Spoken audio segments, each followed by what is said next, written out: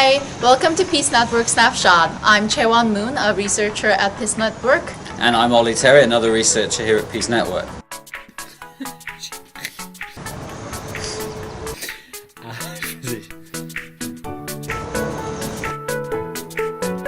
Jesus, hang on, I'm laughing now. Okay, 3, 2, 1. So, this week the big news is that Russian and North Korean state media have announced that their respective leaders, Kim Jong-un and Vladimir Putin, are going to be meeting soon.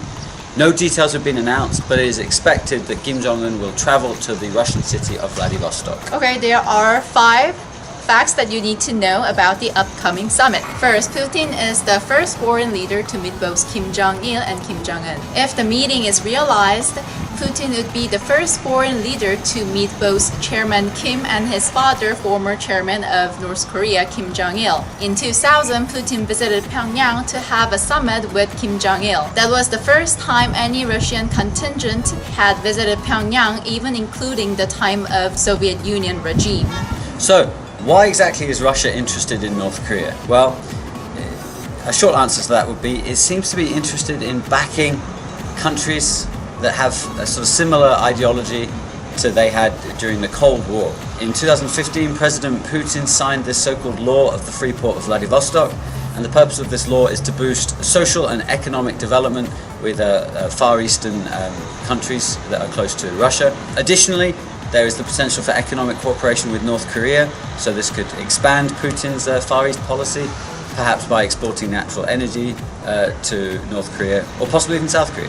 So, how about North Korea? Why are they interested in Russia? Well, they could be reaching out for more allies. As we know, they're not really sure who they can trust. China has recently taken a step back in the last 5 or 10 years. Potentially, Russia could be a sort of protector, someone who can provide security guarantees if North Korea were to denuclearize. The fact that Russia is a nuclear power is very important in this aspect.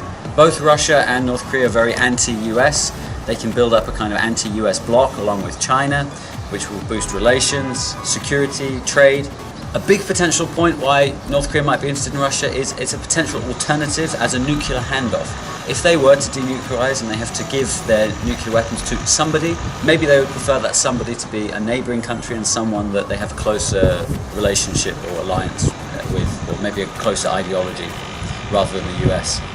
Lastly, having a sort of strong ally like Russia can boost North Korea's profile and image and their credit, and it sort of shows they're not on their own, they're not isolated, and this can in turn boost their chances of bringing the US back to the negotiating table. So in the 2000 summit between Russia and North Korea, Putin offered to launch the satellite that North Korea claims it needs and discussed the concerning matter intensively with Kim Jong-il in the summit.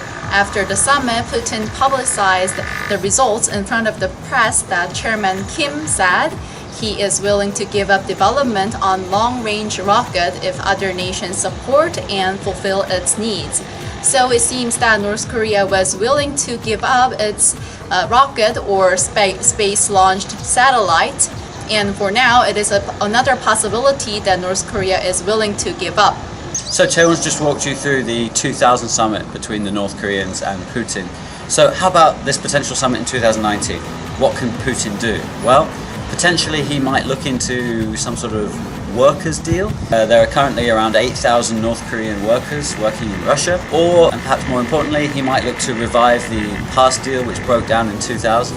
Maybe work as a mediator between North Korea and the US to try and speed up this stalled discussion. As I mentioned earlier, North Korea was willing to give up space launch vehicle in 2000. In recent Kim's address, North Korea is willing to resume the talk with US if they could come up with reasonable negotiations. So we need to keep an eye out on the summit and see if there are any noteworthy changes or results of the talks. So thank you for joining us, and goodbye from a very smoggy Seoul. Please subscribe our channel and like our videos. Bye.